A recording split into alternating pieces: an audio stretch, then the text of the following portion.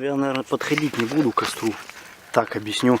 Я использую всегда без всяких заморочек и прочей фигни обычный, так, где там, вот, видно, обычный таежный костер. То есть это когда не какая-нибудь надья или нодья, как называют, собирается, не таежный какой-то из трех, там как-то они там делают из двух, друг на друга ставят. Нет, просто-напросто берутся бревна, желательно диаметром, ну, сантиметров от 20 в диаметре ствола.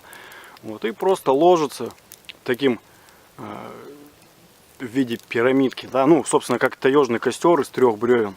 Вот, только там может быть 5, 6, там, 7. Вот. Если удалось распалить такой костер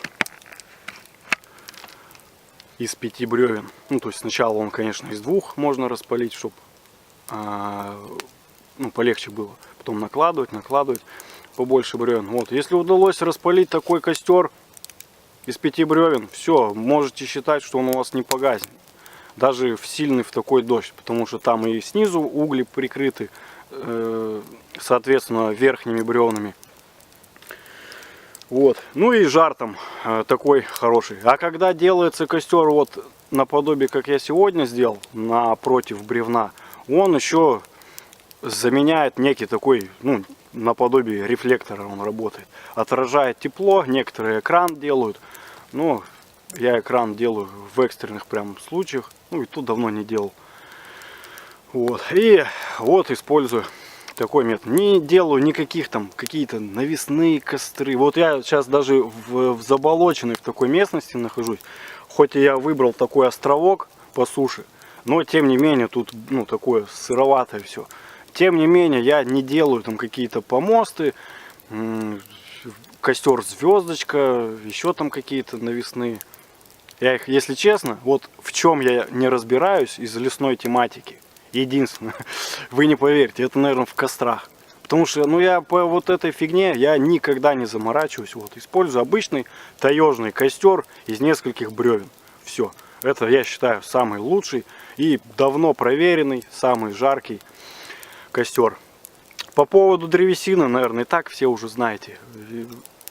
Я люблю жечь либо сосну, либо кедр. Ну, естественно, сухой, мертвый. Вот.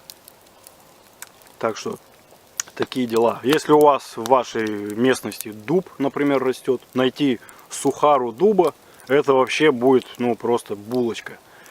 Офигенная просто. Дуб горит дольше всех деревьев.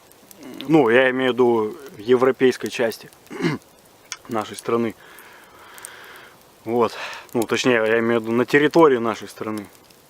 Я не говорю, там какие-нибудь железные деревья есть. В США, например, там используют их всякие другие плотные, очень тяжелые деревья. Они, может, и вообще не горят. Но, тем не менее, вот. Дуб, лиственница, сосна, кедр.